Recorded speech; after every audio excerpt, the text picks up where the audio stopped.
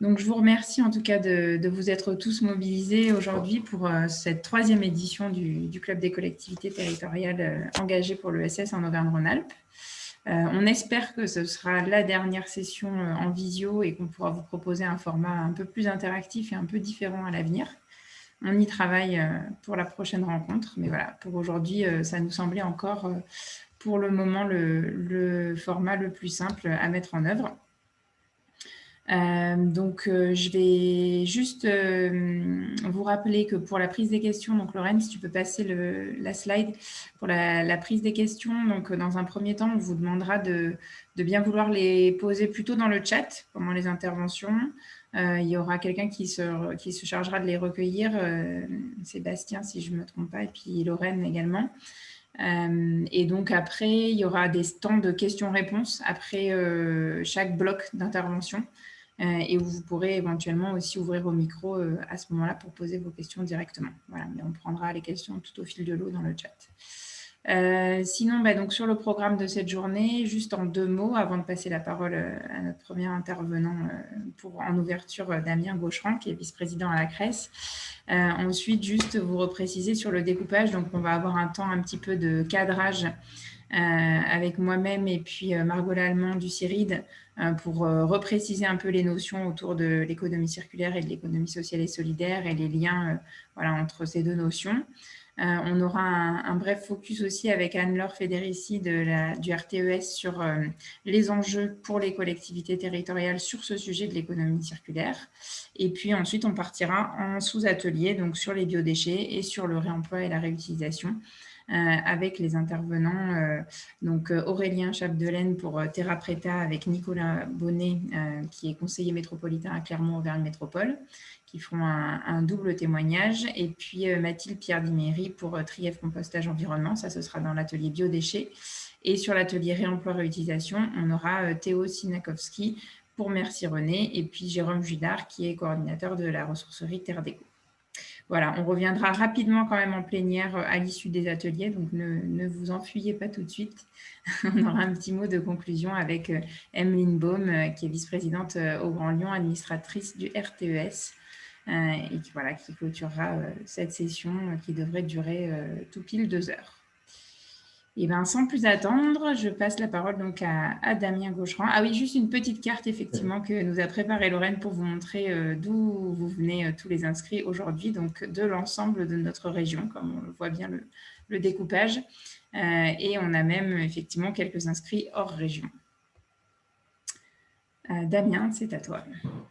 Alors, formidable. Merci beaucoup, Violaine. Bonjour à toutes et à tous. Je vais être très, très bref parce que je pense que vous connaissez, vous avez toutes et tous une vraie appétence pour ce sujet.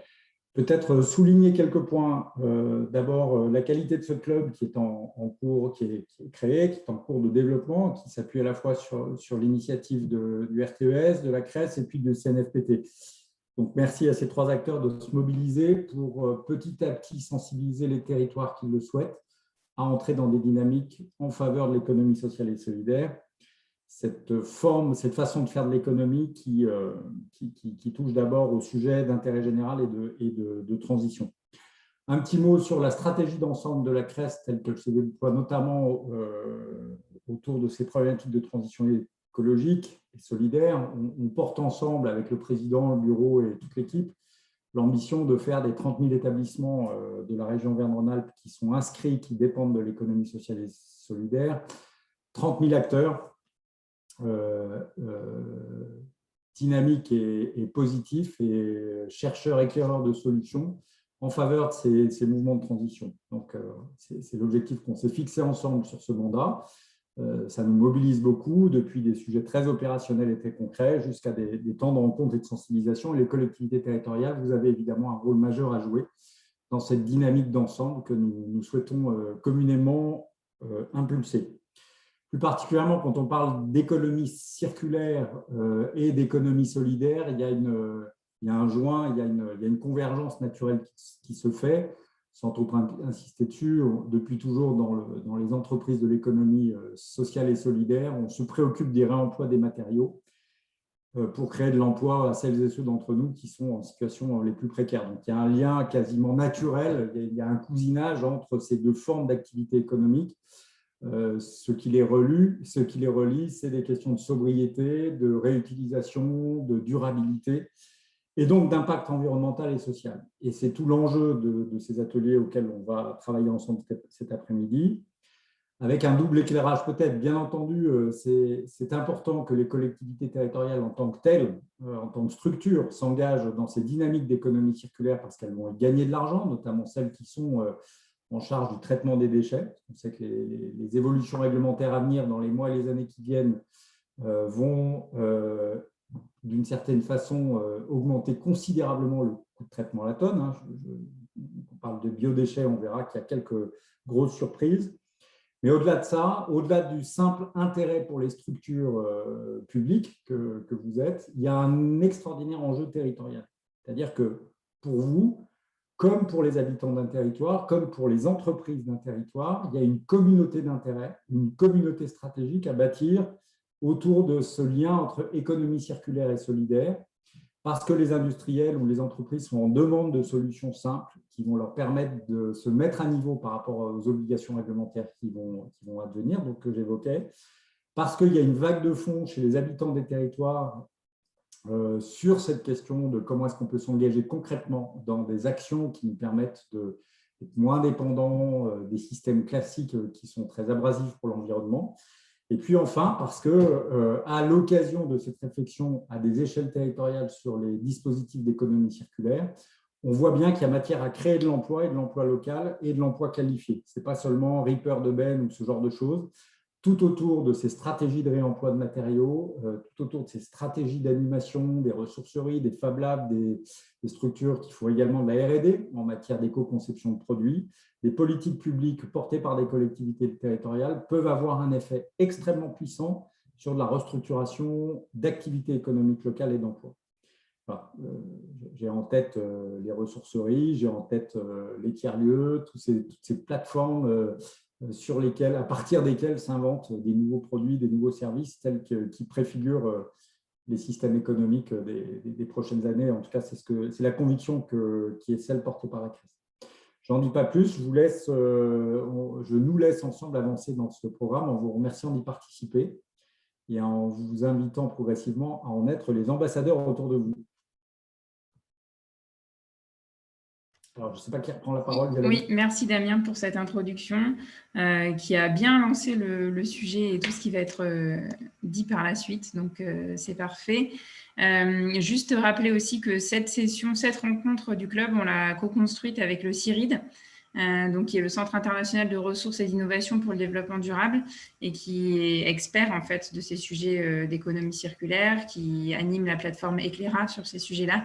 Et donc voilà, c'est l'intervention que je vais faire là sera complétée par une intervention effectivement de Margot Lallemand du CIRID.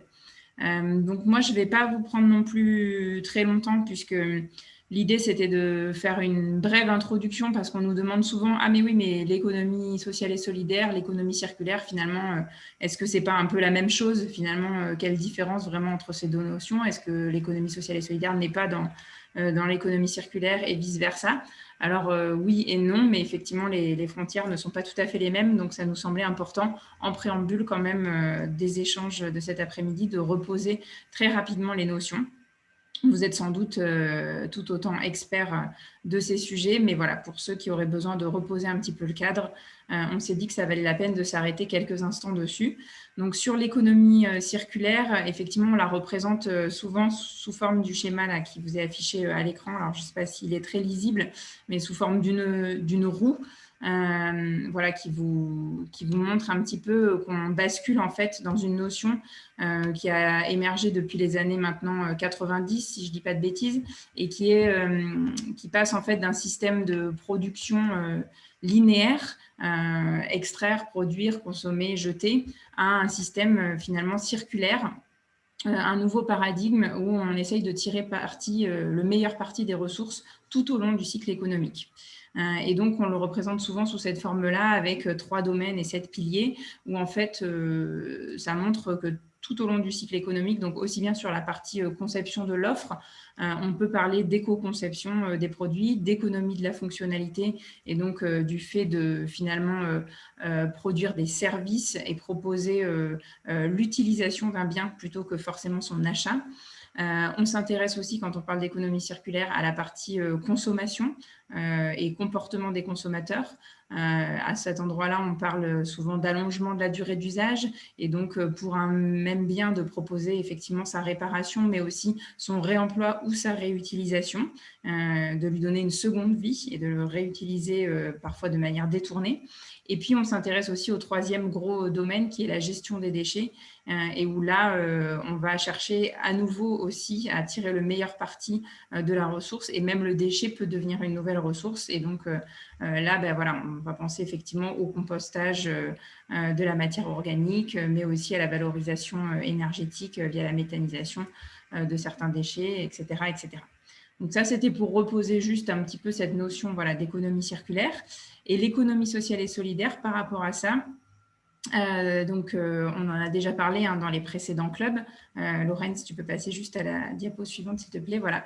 L'économie sociale et solidaire, ce n'est pas un secteur d'activité, c'est bien un mode d'entreprendre. C'est ce qu'on vous a déjà présenté effectivement précédemment dans les sessions du club.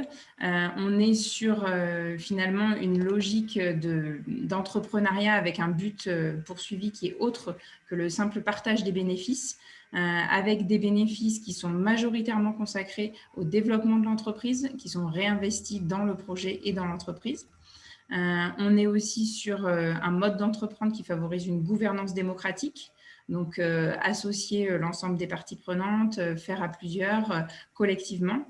Et puis après, sur des principes de gestion aussi, avec notamment des réserves impartageables. Pourquoi je vous redis ça, vous les connaissez, les principes de l'économie sociale et solidaire pour la plupart, mais c'est important pour ensuite se dire justement quelle est la proximité de valeur aujourd'hui entre économie sociale et solidaire et économie circulaire. Damien Gaucheron a commencé à le dire dans son introduction tout à l'heure, mais c'était vraiment là-dessus que je voulais insister. Bon, là, je vous ai remis juste un petit schéma qui montre que l'économie sociale et solidaire, aujourd'hui, elle est présente dans tous les secteurs d'activité économique. Mais si on passe à la slide suivante, je vous ai mis des petites bulles qui, aujourd'hui, font apparaître voilà, l'économie sociale et solidaire. Elle est dans un certain nombre de secteurs d'activité qui touchent à l'économie circulaire. Donc, il y a une proximité sur les secteurs d'activité. On va retrouver des activités de l'économie sociale et solidaire depuis déjà des dizaines d'années, pour certaines depuis les années 60, les communautés Emmaüs qui ont émergé, donc sur tout ce qui est réemploi finalement textile, sur le réemploi mobilier, mais on a aussi des activités plus récentes qui émergent sur le réemploi et la consigne des emballages et des bouteilles. On a aussi sur l'éco-construction et le réemploi des matériaux du bâtiment. Plus récemment, on a sur le réemploi dans certaines filières spécifiques, comme le réemploi des jouets. Sur la collecte, le tri des emballages, des papiers, des cartons, voilà, on a aussi des activités historiquement positionnées là-dessus. Donc, on a tout un tas de secteurs d'activité sur lesquels on retrouve l'économie sociale et solidaire et on a surtout une proximité de valeurs, puisque tout à l'heure, là à l'instant, j'évoquais que dans l'économie sociale et solidaire, voilà, on a finalement la primauté du bien commun et des personnes sur le capital. Et ça, on va le retrouver aussi dans l'économie circulaire avec cette logique finalement d'économie des ressources, de préserver finalement le bien commun, l'environnement, et de penser à un mode de production voilà, différemment qui soit au service de ce bien commun. Donc là, on peut faire le rapprochement aussi des principes. Sur la gouvernance démocratique, l'implication des parties prenantes, c'est vrai qu'on voit aussi aujourd'hui que dans l'économie circulaire, on est sur des nouveaux modèles d'affaires, sur souvent des modèles économiques qui sont un petit peu complexes, qui sont multi-acteurs, multi-parties prenantes. Et donc, du coup, les modèles de l'économie sociale et solidaire se prêtent bien à développer ces activités-là. Et de la même manière, sur l'innovation, c'est vrai que l'innovation sociale au service de la société, qui est un des principes forts de l'économie sociale et solidaire, va bien se retrouver dans l'économie circulaire où on est sur un changement de paradigme, un changement de manière de produire et de consommer et où on va retrouver voilà, cette notion d'innovation. Donc, voilà, je ne vais pas prendre beaucoup plus de temps, mais je voulais bien reposer ces logiques-là, ces concepts-là, dire qu'aujourd'hui, toute l'économie circulaire ne s'inscrit pas forcément dans l'économie sociale et solidaire. Il y en a une bonne partie, mais il y a aussi des acteurs qui ne font pas partie de l'économie sociale et solidaire. Toute l'économie sociale et solidaire n'est pas dans l'économie circulaire, puisqu'il y a aussi d'autres secteurs d'activité qui sont investis par l'ESS, mais il y a quand même une proximité très forte et un rapprochement très fort qui fait qu'on a trouvé ça pertinent de pouvoir traiter ce sujet aujourd'hui au sein du club. Et juste avant de passer la parole à Margot, sur la slide suivante, voilà, je vous ai mis le lien vers l'outil cartographique qui vient de sortir il n'y a même pas un mois, qu'on a co-construit avec 6 autres CRES, qui s'appelle Carteco et qui est un outil cartographique qui donne justement à voir tous les acteurs de l'économie sociale et solidaire qui sont acteurs de l'économie circulaire.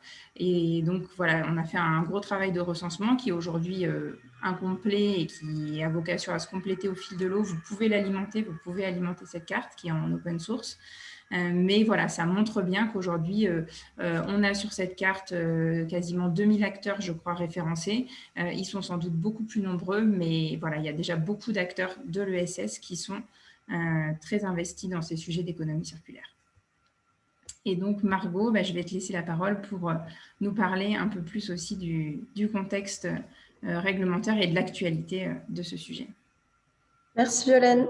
Bonjour à tous. Alors oui, donc moi, mon intervention, pareil, elle sera brève, mais c'est pour en fait remettre un peu les enjeux réglementaires actuels et vous expliquer pourquoi aujourd'hui on a décidé de vous parler d'économie circulaire et d'ESS plus particulièrement. Donc c'est d'abord en lien majoritairement avec la loi AGEC, c'est-à-dire la loi relative à la lutte contre le gaspillage et à l'économie circulaire qui est sortie le 10 février 2020 et qui cherche vraiment donc, à favoriser le passage d'une économie linéaire, comme l'expliquait Violaine, à une économie qui va intégrer la circularité des modes de production pour préserver les ressources. Cette loi, elle a 130 articles, dont un certain nombre vont concerner les collectivités en fixant des objectifs. Et on a considéré, ainsi que le législateur, que l'économie sociale et solidaire pouvait vraiment être ressource afin de répondre à ces objectifs fixés par la loi. Parce qu'en coopération avec les collectivités, elles sont à même d'accompagner la transition de façon opérationnelle. Elles peuvent notamment aider sur 2 sujets sur lesquels on a décidé de faire un focus aujourd'hui, c'est-à-dire le réemploi et les biodéchets. Donc, tout d'abord, sur le réemploi, pour redonner le contexte, les collectivités territoriales sont concernées par les obligations de la loi AGEC à plusieurs titres. D'abord, en tant que maître d'ouvrage dans la réalisation des travaux publics, mais aussi en tant que gestionnaire des déchets via ces déchetteries ou acteur de la commande publique. Par exemple, il est fixé depuis le 1er janvier 2021 que les collectivités territoriales doivent acquérir des biens issus du réemploi ou de la réutilisation ou comportant des matières recyclées dans des proportions qui vont aller de 20 à 100% selon le type de produit. Par exemple, on parle de fournitures de bureaux, d'articles textiles, d'appareils électroniques. Si on prend des exemples très concrets, depuis le 1er janvier 2021, 20% des téléphones mobiles qui seront acquis devront être issus du réemploi. Et pour le mobilier urbain, on est à 5%. Donc ça, c'est un élément qui concerne la commande publique et sur lequel on voulait faire un focus de la même manière que lors des chantiers de réhabilitation et de démolition des bâtiments, le maître d'ouvrage est désormais tenu de réaliser ce qu'on appelle un diagnostic relatif à la gestion des produits et matériaux et déchets issus de ces travaux. En fait, c'est un diagnostic qui va permettre de préciser quels éléments dans le chantier sont réemployables et pour ceux qui ne seraient pas réemployables, les modalités d'élimination des déchets. De la même manière, les acheteurs publics doivent désormais avoir recours à des constructions temporaires ayant fait l'objet d'un reconditionnement pour réemploi lorsque c'est possible. Et ils peuvent céder gratuitement ces constructions après utilisation aux structures de l'ESS. Par exemple, ça va être des structures qu'on utilise lors d'événements de communication ou de sensibilisation. Et enfin, les déchetteries vont être tenues de prévoir une zone de dépôt destinée aux produits pouvant être réemployés. Donc, l'ESS peut être vraiment ressource sur la mise en œuvre de toutes ces obligations. Sur les biodéchets, L'obligation principale, il y en a moins, mais c'est vraiment un enjeu de taille, c'est qu'en 2023, les collectivités vont être concernées par l'obligation de mettre en place un tri à la source et une valorisation des biodéchets à partir du moment où elles en produisent plus de 5 tonnes. Donc, ça peut être par de la collecte sélective, par la valorisation biologique. Et cet objectif, il est couplé en fait à une obligation de réduire le niveau de gaspillage alimentaire, notamment par rapport à la restauration collective, de 50% par rapport à 2015 et d'ici 2025. Donc, ces obligations, voilà, elles vont s'appliquer à la collectivité, autant via la restauration collective que via la gestion et la collecte des déchets. Il y a beaucoup d'autres obligations qui s'appliquent aux collectivités. On ne pourra pas avoir une vision exhaustive aujourd'hui de tout cela, mais ce qu'on vous invite à faire, en fait, c'est à consulter les ressources qu'on vous a mises, c'est-à-dire un focus des obligations pour les collectivités territoriales qui a été publié par l'Institut national de l'économie circulaire en 2020 et le tableau récapitulatif des obligations de réemploi et de réutilisation dans la commande publique. Après, voilà, pour vous faire un bref panorama des autres mesures, ça peut autant être la formation pour les élus locaux sur l'économie circulaire que le renforcement des compétences du maire en matière de lutte contre les dépôts sauvages, l'implication forte via le comité des parties prenantes des collectivités territoriales des filières REP en lien avec les éco-organismes, et la participation à la lutte contre l'utilisation de plastique à usage unique, que ce soit via des systèmes de consignes, la mise en place de fontaines d'eau potable, et bien d'autres choses que vous pourrez découvrir via le focus. Voilà, j'en ai fini et je suis à l'écoute s'il y a des questions. Oui, il y a une petite demande de précision là, de Lionel Pelu. Peut-être, Lionel, si tu veux juste préciser ta question, parce que je pense que je vais mal la traduire. Oui, merci Sébastien. C'était sur concernant les appels d'offres avec les obligations d'un pourcentage de réemploi. Est-ce que ça concernait uniquement les budgets primitifs d'investissement ou ça concerne aussi les dépenses de fonctionnement des collectivités locales? Alors, je vérifierai pour être sûre de ne pas vous dire une bêtise, mais à mon sens, c'est aussi les budgets de fonctionnement. Par exemple, ça va être vous voulez dire par exemple les téléphones des élus ou des techniciens, c'est ça? Ouais. Bien ça dont vous parlez, oui, ça concerne aussi le budget de fonctionnement alors. Ouais. Après, je ne sais pas si par exemple quand on acquiert des téléphones, si c'est considéré comme du fonctionnement ou du investissement. Parce que on l'achète pour une période. Et c'est plus, je pense, je dis n'importe quoi, mais sur peut-être l'achat de matériel, par exemple, type fourniturage, par exemple. En fait, quand on regarde les collectivités locales, dans les dépenses majeures, on a beaucoup de dépenses administratives type papier, carton, ce genre de choses. Et ça, typiquement, aujourd'hui, on est peu vertueux. En tout cas, les collectivités avec lesquelles je bosse, il y en a très très peu qui s'intéressent à ce sujet. Oui. Et ben, je vous reconfirme ça. Tout ce qui est BTP, tout ça, c'est évident que c'est 70% de déchets ou tout ce qui est alimentaire. On s'attaque au volume, à la massification, mais je pense que, je prends l'exemple juste sur le Genevois français, c'est 129 collectivités, donc ça peut représenter 10 000 agents.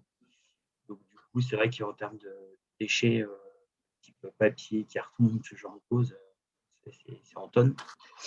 Donc voilà, c'est tout bête, mais je pense que ça peut être des beaux champs d'application.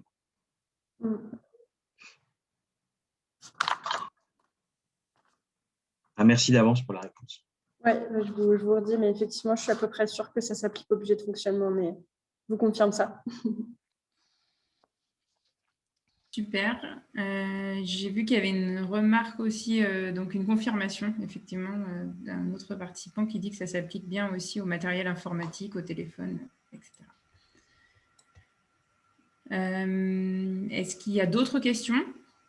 Si vous voulez ouvrir votre micro, voilà, on peut prendre un petit temps de questions.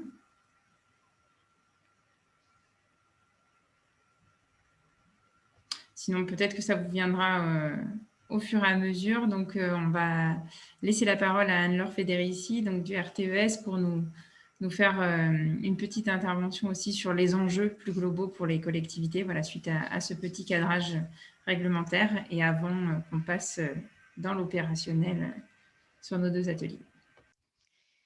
Merci Violaine. Bonjour. Bonjour. Je voudrais d'abord excuser Emeline Baume qui effectivement ne pouvait pas nous rejoindre tout de suite, donc qui interviendra après et que vous pourrez entendre à l'issue des ateliers. Je voulais juste souligner trois éléments qui, je pense, vont vraiment dans le sens de ce qui a été présenté tout à l'heure, simplement pour présenter très rapidement les enjeux vus du côté d'un réseau de collectivités locales, donc le RTES, Réseau des collectivités territoriales pour une économie solidaire, qui rassemble aujourd'hui 160 collectivités, donc partenaires du club. Alors, trois éléments rapides. Ce qu'on voit, c'est que d'abord, l'importance de l'actualité législative, de la mobilisation aussi des acteurs qui a été rappelée. Ça traduit bien la prise de conscience un peu généralisée de la finitude des ressources dont on dispose et donc de la nécessité de repenser les modèles économiques. Et l'économie circulaire, par opposition à l'économie linéaire, étant un de ces modèles économiques. Donc, cette prise de conscience un peu généralisée qu'on retrouve aujourd'hui. Le deuxième peut-être élément, c'est le rôle des collectivités locales. Donc, ça a été souligné à plusieurs reprises. On voit l'importance du cadre réglementaire et législatif, et les collectivités ont un rôle particulièrement important que Damien Gacheran a rappelé par rapport au lien avec le territoire, mais aussi par rapport à leurs compétences en matière, par exemple, de gestion des déchets. Et on a vu la façon dont, comment on verra comment les collectivités en lien avec cette compétence de gestion des déchets peuvent intervenir un peu sur le triptyque réduction des déchets, recyclage et réemploi. Comment elles peuvent aussi intervenir sur l'offre au travers, par exemple, de la commande publique, avec les éléments qui ont été évoqués tout à l'heure sur le bâtiment, mais il y en a effectivement, le bâtiment ou le réemploi, mais il y en a bien d'autres. Et les interventions possibles aussi des collectivités locales sur les demandes et les comportements des citoyens du territoire. Donc, un rôle important des collectivités locales et des enjeux pour elles sur ces sujets, des enjeux économiques. Le coût de la gestion des déchets, voilà, on sait que c'est un poste très important, notamment des intercommunalités. Les enjeux environnementaux, les enjeux sociaux, avec la création d'emplois qui a été aussi rappelé tout à l'heure. Et le dernier point qui nous semble particulièrement important au sein du RTES, c'est le rôle de l'économie sociale et solidaire, acteur historique qui a été rappelé, ancrage territorial de l'ESS, mais aussi le fait que le caractère non lucratif ou à lucrativité limitée de l'ESS semble particulièrement adapté et cohérent avec ces enjeux de circularité de l'économie. Mais une des questions importantes aujourd'hui, c'est comment permettre aux acteurs de l'ESS d'être partie prenante du développement de ces activités, de ne pas être marginalisés, on va dire, ou en tout cas de ne pas être vus simplement comme un peu défricheurs de nouveaux champs avant de laisser la place à d'autres acteurs. Et donc les collectivités locales, c'est ce qu'on essaye de défendre au sein du réseau, et au travers de ce type de rencontres, ont un rôle important à jouer pour permettre aux acteurs de l'ESS d'être vraiment partie prenante du développement de l'économie circulaire aujourd'hui, avec plusieurs leviers qu'on verra sur faciliter l'accès au gisement, sur l'accès au foncier, au travers d'actions de mise en réseau des acteurs, de faire appel aux acteurs de l'ESS pour ces activités, mais aussi un rôle pour la structuration de filières. Et ça, c'est un point qui est important. Comment faire que les acteurs de l'ESS soient bien présents dans la structuration des filières qui sont en train de se mettre en place dans les territoires.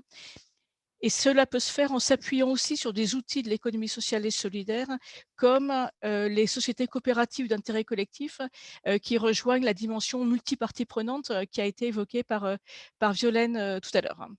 Voilà, très rapidement pour introduire les deux ateliers qui vont suivre. Merci Anne-Laure. Est-ce qu'on a des questions? Du coup, vous avez encore un petit temps. Voilà, alors on a une première main qui se lève. Cyril? Oui, bonjour, vous m'entendez? Très bien. Bonjour Hélène, bonjour à tous. Merci pour ce webinaire de cet après-midi. J'avais donc une réaction par rapport à cette introduction et notamment ce que Anne-Laure mettait en avant sur le risque de marginalisation de l'ESS dans le champ de l'économie circulaire. Je me rappelle tout d'abord qu'en 2013 ou 2014, lors une des premières journées nationales sur les PTCE, le constat avait été fait qu'il y avait en fait très peu de structures de l'économie sociale qui étaient vraiment investies sur le plan stratégique dans des nouveaux gisements en matière d'économie circulaire. Et de ce fait, il y avait effectivement, tu l'as précisé Violaine, donc des activités historiques comme les communautés Emmaüs qui travaillaient sur les déchets, sur le recyclage des déchets, mais il n'y avait pas tant de projets nouveaux. On peut constater qu'aujourd'hui, il y en a beaucoup. Moi, je représente dans ce webinaire les gens d'Envie Rhône-Alpes qui travaillent sur l'économie circulaire en matière d'électroménager et de déchets électriques et électroniques.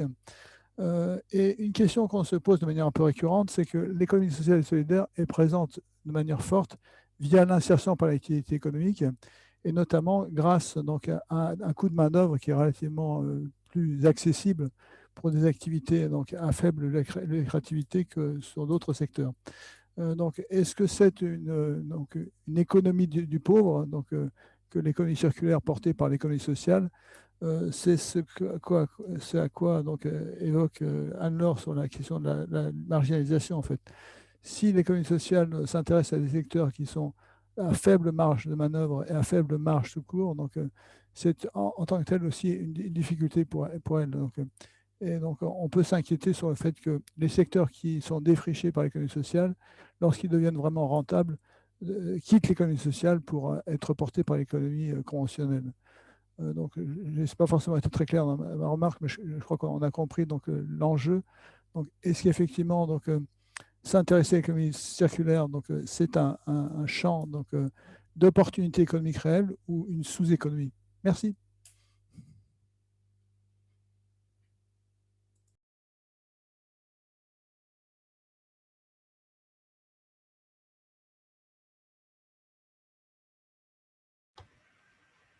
Personne ne veut plus réagir. Alors, je ne sais pas si tu voulais répondre. Non, mais je pense qu'au travers des ateliers, on verra justement que l'ESS s'intéresse pas qu'aux marges. Et effectivement, je partage complètement l'importance d'avoir une réflexion sur la question de la valeur ajoutée, à la fois la valeur ajoutée qui revient au territoire et en même temps que l'ESS soit bien présent sur les différentes bouts de la filière et pas simplement sur le bout où la valeur ajoutée est très faible.